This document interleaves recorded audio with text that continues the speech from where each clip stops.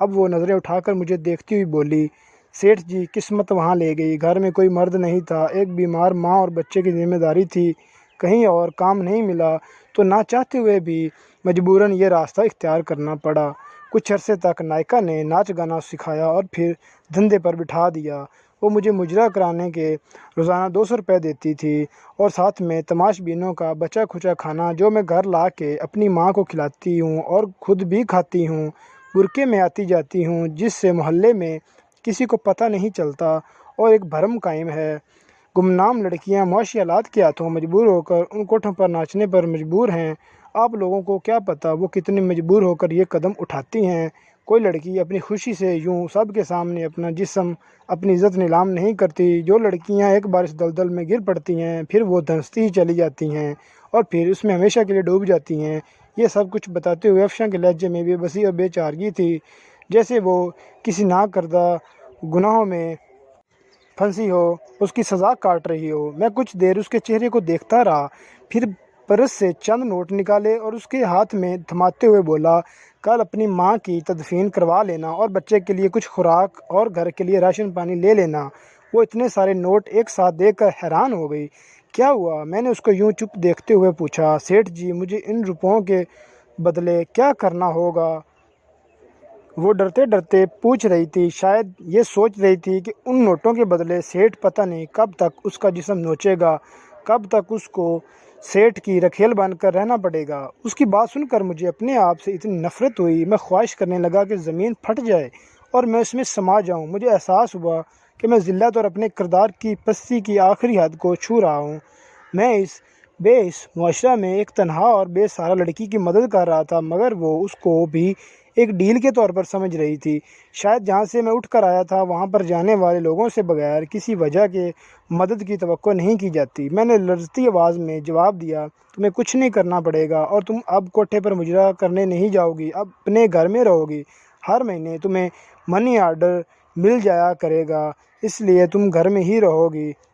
تم نے کرنا بس یہ ہے کہ یہ جو بچہ تمہاری گود میں ہے اس کی تربیت ایسے کرو کہ یہ ایک دن بڑا ہو کر تمہارا سہارا بن سکے۔ یہ جو رقم میں بھجواؤں گا یہ تم پر قرض ہے، اور جب تمہارا بیٹا جوان ہو جائے گا، ایک قابل انسان بن جائے گا تو تم مجھے واپس کر دینا۔ افشاں حیران پریشان کھڑی مجھے دیکھ رہی تھی۔ اس انسان کو جس کے سامنے ابھی وہ ناچ کر آئی تھی، وہ اس سے ایسی باتیں کر رہا ہے۔ پھر وہ بے آواز رو پڑی۔ مجھ سے رکا نہیں گیا، میں وہاں سے نکل آیا، افشاں کے گھر کا پتہ لیا اور اس کو اپنا وعدہ یاد دلا کر وہاں سے رخصت ہو گیا۔ سارے راستے میں یہی سوچتا رہا، مجھے تم سے کچھ نہیں چاہیے، مجھے تم سے کچھ نہیں چاہیے افشاں، جو تم نے مجھے دیا ہے میں اس کا احسان ساری عمر نہیں اتار پاؤں گا۔ تم نے مجھ میں دفن اس انسانیت کو جگا دیا جو میں دولت اور شیطانی ہوس کے نیچے دبا کر مار چکا تھا۔ تم نے مجھے پھر سے ایک اچھا انسان بنایا ہے۔ افشاں، اس واقعے کے بعد میں ان تمام برے کاموں سے توبہ کر کے اس کی بارگاہ میں گناہوں کے بوجھ لیے حاضر ہوا۔ ہر روز اس کے سامنے اپنے گناہوں کا اعتراف کرتا، اس سے معافی کی درخواست کرتا۔ میں باقاعدگی سے ہر ماہ افشاں کو منی آرڈر بھجواتا رہا۔ کئی دفعہ دل کیا میں اس مسیحا کو مل کر آؤں جس کی وجہ سے مجھے ان تمام گناہوں اور بدکاریوں سے نجات ملی، مگر ہر دفعہ ایک شرمندگی آڑے آتی کہ کبھی بھی میں اس کے سامنے نہیں جا پاؤں گا۔ میں تو اس کے جسم کا ایک پیاسا تھا۔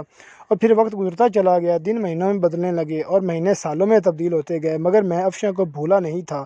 وہ بھی میری طرح بوڑھی ہو گئی ہوگی، اس کا جوان بیٹا ہو گیا ہوگا، پتہ نہیں کس قابل بنا ہوگا، اپنی ماں کا سہارا بنا ہوگا کہ نہیں۔ میرے بچے جوان ہو گئے تھے، زندگی اتار چڑھاؤ کے ساتھ مسلسل چل رہی تھی۔ ایک شام چھٹی کے دن جب میں اپنے گھر میں موجود تھا تو ملازم نے آ کر مجھے بتایا کہ ایک عورت اور اس کے ساتھ ایک جوان لڑکا آپ سے ملنے آئے ہیں۔ کون ہیں؟ معلوم نہیں صاحب، پہلی بار ان کو دیکھا ہے، ملازم نے مؤدبانہ لہجے میں جواب دیا۔ اچھا، نہیں، انہیں ڈرائنگ روم میں بٹھاؤ، میں آتا ہوں۔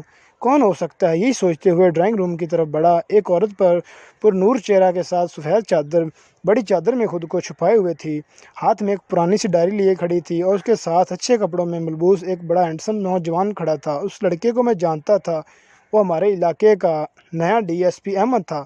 سلام سیٹھ جی، میں افشاں ہوں اور یہ میرا بیٹا احمد۔ جو ہی اس نے افشاں کا نام لیا میرے ذہن میں اس کا ماضی کا چہرہ گھوم گیا اور پھر مجھے پہچاننے میں دیر نہیں لگی کہ وہ افشاں تھی۔ آپ مجھے پہچان گئے نا؟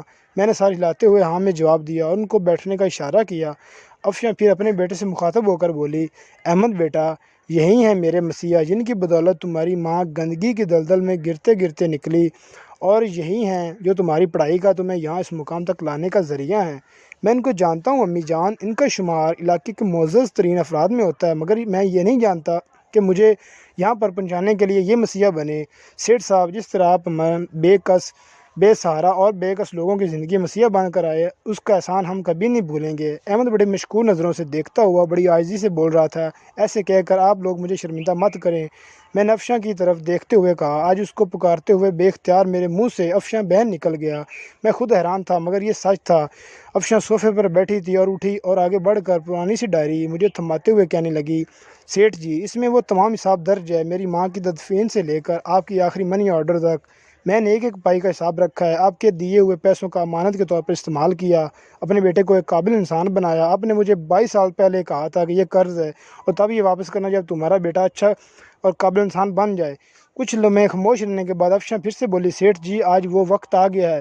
میں آپ کے احسانوں کا بوجھ تو نہیں اتار سکتی، مگر جو پیسے آپ نے مجھے دیے تھے میرا بیٹا ضرور اتارے گا، اور آپ سے درخواست ہے آپ انکار مت کریں۔ میں افشاں کو بڑی تحسین نظروں سے دیکھ رہا تھا۔ آخر اس نے کر دکھایا، یقیناً قول و قرار کو نبھایا، وعدہ پورا کیا۔ وعدہ قائم رکھنا ہی ایک اچھے انسان کی نشانی ہے۔ یہ سب سن کر میرے دل میں اس کی عزت اور احترام بڑھ گیا۔ میں نے تم کو بہن کہا ہے افشاں بہن، اور میں کیسے تم سے یہ پیسے واپس لے سکتا ہوں؟